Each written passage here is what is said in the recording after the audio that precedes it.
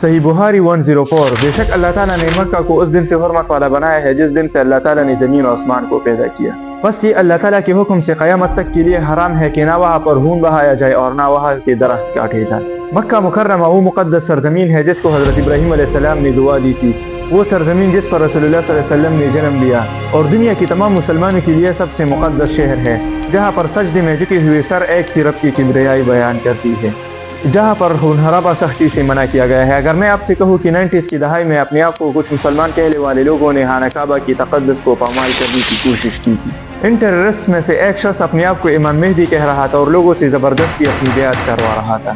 آج کی اس ویڈیو میں ہم اسلام کی تاریخ کے اس ڈارکسٹ چیپٹر کو کھولیں گے جس نے پوری دنیا کے مسلمانوں کو ہلا کر رکھ دیا تھا۔ هذا هو الإيمان بالذات العتيبي.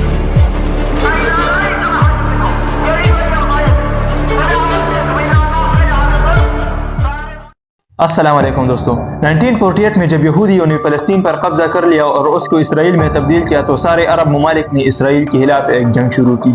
یہ پہلی جنگ 1948 سے لے کر 1949 تک جاری رہی۔ اس کے بعد دوسری اور تیسری جنگ بھی لڑی گئی اور آخر میں 1973 میں عربوں نے اسرائیل کے خلاف ایک جنگ لڑی۔ لیکن ان جنگوں میں ایک چیز کامن تھی، جب بھی عرب اسرائیل پر حملہ کرتے تو کچھ ممالک عرب کے خلاف کھڑے ہو جاتے اور اسرائیل کی مدد کرتے، جیسا کہ جاپان، کینیڈا، نیدرلینڈ، UK اور US وغیرہ عرب کے خلاف کھڑے ہو جاتی، اور یہی وجہ تھی کہ عرب ہر بار اسرائیل سے یہ جنگ ہار جاتی تھی اور اس میں عربوں کو ایک بہت بڑا نقصان اٹھانا پڑا۔ جب 1973 میں بھی عربوں نے عرب اسرائیل وار ان ممالک کی وجہ سے اسرائیل سے ہاری تو سعودی عربیہ نے اوپیک میں ایک اہم کردار ادا کیا اور انہوں نے تمام ویسٹرن ممالک پر تیل کی پابندی عائد کی۔ 1973 میں جب ویسٹرن ممالک پر سعودی عربیہ نے تیل کی پابندی عائد کی تو اس کی وجہ سے تیل کی قیمت بڑھنے لگی۔ اس سے سعودی عرب کو بہت بڑا فائدہ ہوا کیونکہ اس سے ان کی اکانومی مضبوط ہوئی اور انہیں بہت بڑا پروفٹ ملا۔ ریاض، دمام اور جدہ جیسے شہروں میں ہائی ویز، برجز، ایئرپورٹس اور بڑی بڑی بلڈنگز بنائی گئی۔ دنیا کا پہلا آئل شوک 1973 میں عربوں نے دنیا کو دیا، اور اس کے بعد جب 1979 میں ایران میں ریولوشن آیا تو انہوں نے دنیا کو دوسرا آئل شوک دیا۔ سعودی عرب کی حکومت نے اس وقت کے ڈیولپڈ کنٹریز جیسا کہ UK، US اور پاکستان سے انجینئرز اور ماہرین کو بلایا تاکہ ان کی مدد لی جا سکے۔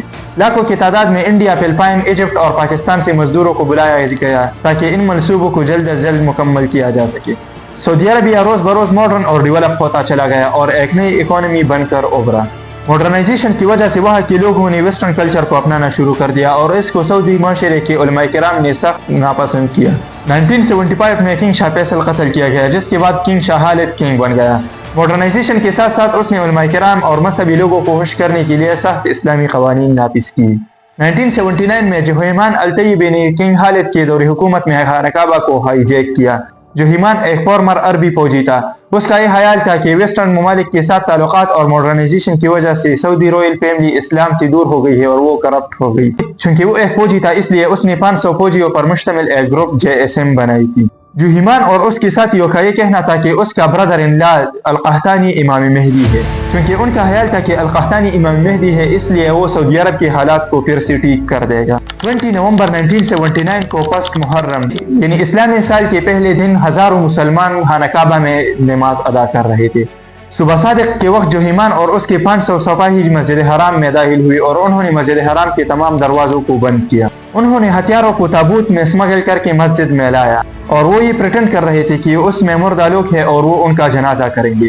انہوں نے جب چپ کے تمام دروازوں کو بند کیا تو اس کے بعد انہوں نے میناروں اور زیر زمین جگہوں کو اپنے لیے مورچے کے طور پر استعمال کیا، اور اس وقت جو لوگ نماز ادا کر رہے تھے ان حملاوروں نے ان کے سروں پر بندوق رکھی اور ان کو یرغمال بنا دیا۔ ان ہائی جیکرز نے مسجد حرام کا لاؤڈ سپیکر اٹھایا اور اس میں ایک اعلان کیا کہ امام مہدی آ چکے ہیں اور تمام مسلمانوں کو اس کی بیعت کرنی ہوگی۔ یہ اعلان سن کر مسجد حرام میں جو بھی لوگ تھے ان سب میں خوف و ہراس پھیل گیا کیونکہ اسلام میں امام مہدی کا ظہور ایسا تھا ہی نہیں۔ سعودی حکومت کو جب اس چیز کے بارے میں پتہ چلا تو ان کو بالکل بھی اندازہ نہیں تھا کہ وہ لوگ کون ہیں اور ان کا مقصد کیا ہے۔ سعودی حکومت نے فوری طور پر نیشنل گارڈز اور پولیس کو مسجد حرام میں داخل ہونے کا حکم دیا۔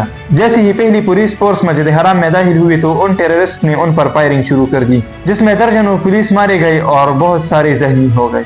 اب پہلے آپریشن میں ناکامی کی وجہ سے سعودی عرب کی گورنمنٹ کو یہ پتہ چل چکا تھا کہ یہ کوئی عام گروہ نہیں ہے، اس لیے انہوں نے دوسرے آپریشن میں مزید ایڈوانس گنز اور سنائپرز استعمال کرنے کا فیصلہ کیا۔